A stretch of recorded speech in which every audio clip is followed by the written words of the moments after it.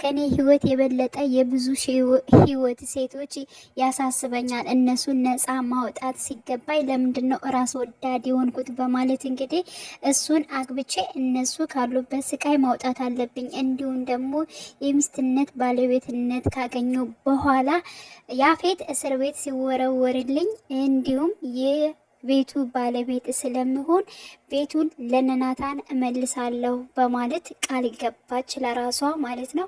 እንግዲህ ገኒ ያፌት እግር ላይ ወርቃ ለምነው ነበር ልጄን አሳየኝ ማውራት እፈልጋለሁ ብትለው ግን እሱ ምንም አላመናትም። ድራማ እየሰራች ስለመሰለው ትቷት ሄዷል ማለት ነው። ሌላው ደግሞ እንግዲህ የዳጊን ጓደኛ አግኝቶት እስኪ ኤፍራታ የዳጊ እህት ነሽ ወይ የሚለውን ነገር አጣራልኝ በማለት ነግሮት ነበር ማለት ነው። እንግዲህ የዳጊ ጓደኛ ደግሞ እጅግ በጣም ፂን ስለሚወዳት ስለሚያፈቅራት እሷን ለኔ ከሰጠኝ አንተ የፈለከውን ነገር ደግሞ አጣራለሁ በቃ ለጊዜው ለትንሽ ጊዜ ተጠቅሜ እመልሳታለሁ በማለት እንግዲህ ፂን ያፌት እንዲሰጠው ጠየቀው ማለት ነው። ያፌት ደግሞ እጅግ በጣም ተናዶ በጥፊ አጭሎታል ማለት ነው። ፂ ማለት ደግሞ የያፌት እህት ስለሆነች ስለዚህ ምንም አይነት ነገር እንዲገጥማት ስላልፈለገ በጥፊ አጭሎታል ማለት ነው። ሌላው እንግዲህ ቤዛ እንግዲህ ሄዋን የሆነ ቦታ ለመሄድ አስባለች። ምክንያቱም የያፌትን ሰርግ እንዳይሆን ስለምታደርግ ወይንም ደግሞ እንደዚያ ከሚሰቃዩ ሴቶች ጋር ስለምትሄድ ቤዛን ይቅርታ ጠይቃታለች ማለት ነው። በመጀመሪያ ለኔ ጥቅም ነበር ወደ አንቺ የቀረቡት፣ ግን ደግሞ በጣም ስቀርብሽ የዋህና ሰዎች እንዲወዱሽ ከማድረግ ውጪ ሌላ ምንም አይነት ነገር አታደርግም እና እህትሽ ደግሞ እጅግ በጣም ትወድሻለች በማለት ስለ ኤፍራታም ተናግራ ነበር ማለት ነው። እና ይሄን ነገር ከመናገሯ ወዲያውኑ ሄዳለች ማለት ነው።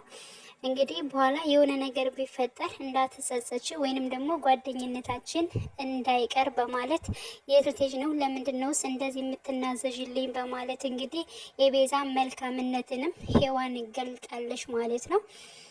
በመጨረሻም እንግዲህ የዳጊ ጓደኛ ያቺ በጣም ጽጌረዳ የምትመስለው ጓደኛ ፍቅረኛ የት ሄዳ ነው በማለት እጅግ በጣም እኮ ነው የምታምረው በማለት ይነግረዋል ማለት ነው። እሱም በጣም ተናዶ ለምን እንደዚህ ይላል በማለት እንግዲህ ሲደባደቡ ፓርቱ አልቋል ማለት ነው።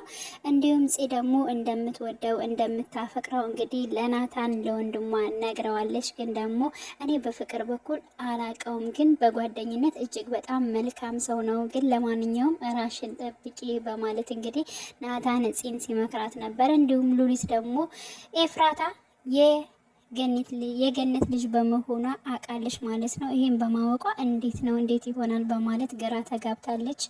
አሁን ላይ ግን እጅግ በጣም የሚያሳስበው የኤፍራታ ውሳኔ ነው ማለት ነው። እንግዲህ ውሳኔዋ ኤፍራታ ያፌትን ለማግባት ወስናለች።